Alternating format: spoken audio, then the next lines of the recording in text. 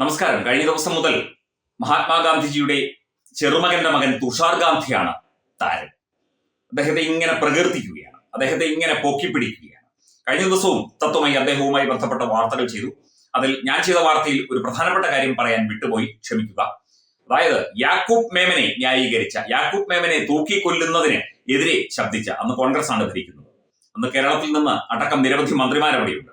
കഴിഞ്ഞ ദിവസമാണ് കെ സുധാകരനും വി ഡി സതീശനും ഒക്കെ RSS പ്രവർത്തകരെയും BJP പ്രവർത്തകരെയും ഒക്കെ ഭർസിച്ചുകൊണ്ട് വിമർശിച്ചുകൊണ്ട് രംഗത്ത് വന്നത്. തുഷാർ ഗാന്ധിക്കെതിരെ എന്തോ പറഞ്ഞു, ഒരാളെ ഇരുത്തിക്കൊണ്ട് അല്ലെങ്കിൽ ഒരു സമൂഹത്തെ തന്നെ ചോദ്യം ചെയ്തുകൊണ്ട് രാഷ്ട്രീയ സ്വയംസേവക സംഘം എന്ന സംഘടനയും ഭാരതീയ ജനതാ പാർട്ടി എന്ന ജനാധിപത്യ സംവിധാനത്തെയും ഒക്കെ തന്നെ കളിയാക്കുകയും ചീത്ത വിളിക്കുകയും ഒക്കെ ചെയ്യുന്നത് ആരായാലും, ഈ തുഷാർ ഗാന്ധിയല്ല, തുഷാർ ഗാന്ധിയുടെ ഏത് വകയിൽപ്പെട്ട ഗാന്ധി ആയാലും രാഹുൽ ഗാന്ധി ആയാലും RSS BJP പ്രവർത്തകർ പ്രതികരിക്കും എന്നുള്ളതാണ് സംഘപ്രസ്ഥാനങ്ങൾക്ക് പറയാനുള്ളത്.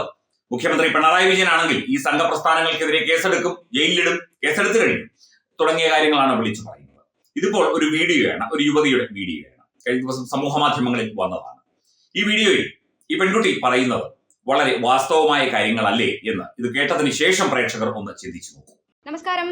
RSS വിരുദ്ധ മുദ്രാവാക്യം വിളിച്ച ഗാന്ധിജിയുടെ കൊച്ചുമകനായ രാഹുൽ ഗാന്ധി അല്ലാട്ടോ, ഒറിജിനൽ കൊച്ചുമകനായ മകന്റെ മകനായ തുഷാർ ഗാന്ധി, അദ്ദേഹത്തിന്റെ നിലപാടിൽ ഒരു മാറ്റവും ഇല്ല എന്നാണ് പറയുന്നത്. അപ്പൊ പിന്നെ BJP RSSകാർ പ്രതികരിച്ചതിൽ തെറ്റൊന്നും പറയാൻ പറ്റില്ല. കാരണം ബോംബെയെ നടുക്കിയ 12 സ്ഫോടനങ്ങളാണ് തുടരെ നടന്നത്. അത് ആസൂത്രണം ചെയ്ത ഭീകരനാണ് യാക്കൂബ് മേമൻ. ആ ഭീകരനെയാണ് സുപ്രീം കോടതി തൂക്കിക്കൊല്ലാൻ വിധിച്ചത്. എന്നാൽ തുഷാർ ഗാന്ധിയെ പോലെ ചിലർ ഇന്ത്യൻ പ്രസിഡന്റിന് ആ ഭീകരനെ തൂക്കിക്കൊല്ലരുത് എന്ന് പറഞ്ഞുകൊണ്ട് അപേക്ഷകൾ നൽകി. ആ അപേക്ഷകൾ രാജ്യം തള്ളി. ആ തുഷാർ ഗാന്ധിയാണ് രാജ്യത്തിന്റെ ആത്മാവിന് ക്യാൻസർ ബാധിച്ചിരിക്കുന്നുവെന്നും സംഘപരിവാറാണ് അത് പടർത്തുന്നത് എന്നും പ്രസംഗിച്ചത്. ആ നിലപാടിൽ മാറ്റമില്ലാത്തതുകൊണ്ട് തന്നെയാണ് ഇന്ന് അവർ പ്രതികരിച്ചത്. എല്ലാ ഗാന്ധിമാരും മഹാത്മാക്കളല്ലല്ലോ. തീവ്രവാദത്തെ വാദത്തിന് അനുകൂലമായ നിലപാടെടുക്കുന്നു, രാജ്യത്ത് രാജ്യവിരുദ്ധ പ്രവർത്തികൾക്ക് അനുകൂലമായ നിലപാടെടുക്കുന്നു, ഒപ്പം തന്നെ സ്ത്രീ വിരുദ്ധ പരാമർശങ്ങൾ നടത്തുന്നു, അല്ലെങ്കിൽ സ്ത്രീയെ പരിഹസിച്ചുകൊണ്ട് അശ്ലീല ചുവയാർന്ന കമന്റുകൾ നടത്തുന്നു. അതിന്റെ സ്ക്രീൻഷോട്ടൊക്കെ തന്നെ കഴിഞ്ഞ ദിവസം പുറത്തു വന്നിരുന്നു. ഇങ്ങനെയുള്ള തുഷാർ ഗാന്ധിയെയാണ് ഇവിടെ ആരാധിക്കുന്നത്, മഹാത്മാഗാന്ധിയുടെ പിന്മുറക്കാരനായിട്ട്. ഏതാളുടെ പിന്മുറക്കാരനായാലും അയാൾ നല്ലതാണെങ്കിൽ മാത്രമേ അയാളെ അംഗീകരിക്കേണ്ട കാര്യമുള്ളൂ.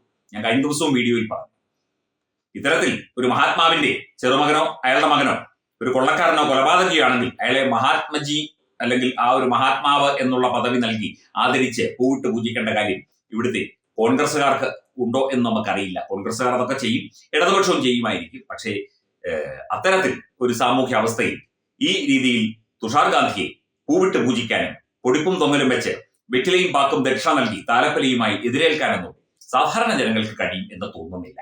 Branding partner Edubix online executive education, focus physiotherapy centre Pattom, Unnat engineering Gujarat, തീർത്ഥയാത്ര.com, അയൺ ബിൽഡ് ഗുജറാത്ത്.